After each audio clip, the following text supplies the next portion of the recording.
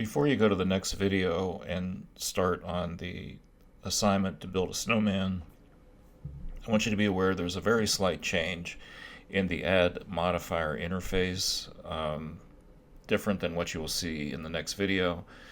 In the next video, when you click on the little wrench icon for modifier properties, to add modifier, the video will show an interface like this, which shows all the available modifiers listed as a whole.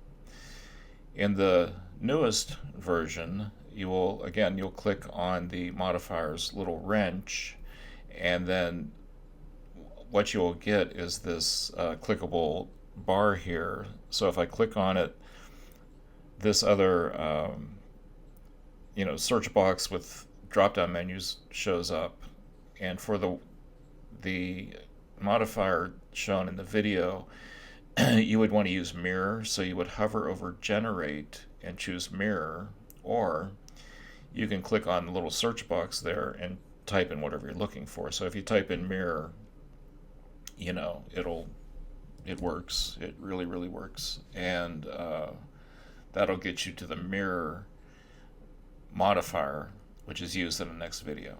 So I just wanted you to be aware, not freak out. The video that you will see will show this interface, but what we're using now is looks like this. Okay? I hope that makes sense.